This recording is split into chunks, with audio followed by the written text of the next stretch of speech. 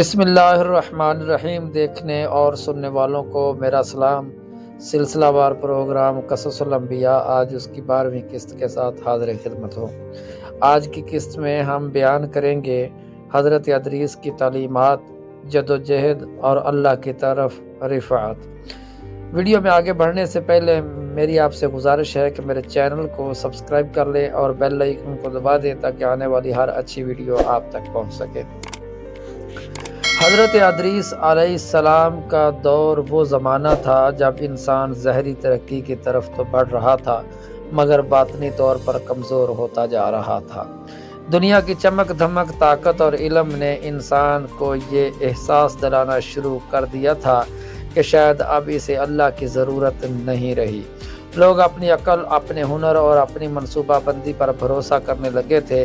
یہ وہ لمحہ تھا جب حضرت ادریس نے انسان کو یہ یاد دلایا کہ علم اگر اللہ کی پہچان کے بغیر ہو تو وہ روشنی نہیں بلکہ اندھیرا بن جاتا ہے۔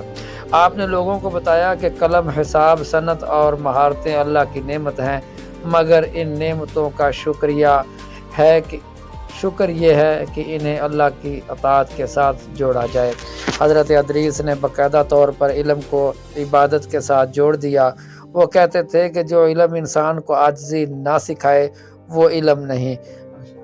انہوں نے انسان کو تحریری حساب و کتاب اور نظم و ضبط سکھایا، مگر ساتھ ہی یہ بھی سمجھایا کہ ہر تحریر کا آغاز اللہ کے نام سے ہونا چاہیے اور ہر حساب کا اختتام اللہ کے خوف پر۔ ان کا پیغام صرف مسجد یا عبادت گاہ تک محدود نہ تھا بلکہ بازار، گھروں اور عدالتوں تک پھیلا ہوا تھا۔ وہ لوگوں کو سمجھاتے کہ جھوٹ بول کر نفع کمانا بھی ظلم ہے، ناپ تول میں کمی کرنا بھی گناہ ہے اور کمزوروں کا حق دبانا بھی اللہ سے بغاوت ہے۔ حضرت ادریس کی دعوت اس لیے منفرد تھی کہ وہ انسان کو یہ سکھا رہے تھے کہ دین صرف عبادت کا نام نہیں بلکہ مکمل نظام زندگی ہے۔ وقت کے ساتھ ساتھ ان کی مخالفت بھی بڑھنے لگی، کیونکہ جو لوگ دنیا کے وہ سب کچھ سمجھ چکے تھے انہیں یہ بات بری لگتی تھی کہ کوئی انہیں یاد دلائے کہ تم جواب دو، تمہاری طاقت عارضی ہے اور تمہارا علم امتحان ہے۔ مگر حضرت ادریس ثابت قدم رہے، وہ تھکے نہیں، جھکے نہیں اور وہ خاموش نہیں ہوئے۔ ان کی زندگی ہمیں یہ سبق دیتی ہے کہ حق کا راستہ ہمیشہ تنہا ہوتا ہے، مگر اللہ نے اس تنہائی کو عظمت میں بدل دیا۔ روایات کے مطابق حضرت ادریس وہ پہلے نبی ہیں جنہیں اللہ نے خاص مقام عطا فرمایا اور انہیں زندہ آسمانوں کی طرف اٹھا لیا۔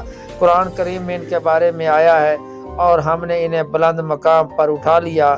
یہ وہ صرف جسمانی رفعت نہیں بلکہ مقام، مرتبے اور قرب الہی کی علامت ہے۔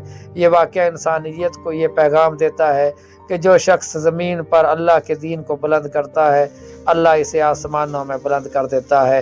حضرت ادریس کا اٹھایا جانا اس بات کی دلیل ہے کہ اللہ اپنے نیک بندوں کی محنت کو ضائع نہیں کرتا، چاہے دنیا انہیں سمجھے یا نہ سمجھے۔ ان کا نام قیامت تک عزت کے ساتھ لیا جاتا رہے گا۔ یہ قصہ ہمیں یہ بھی سکھاتی ہے کہ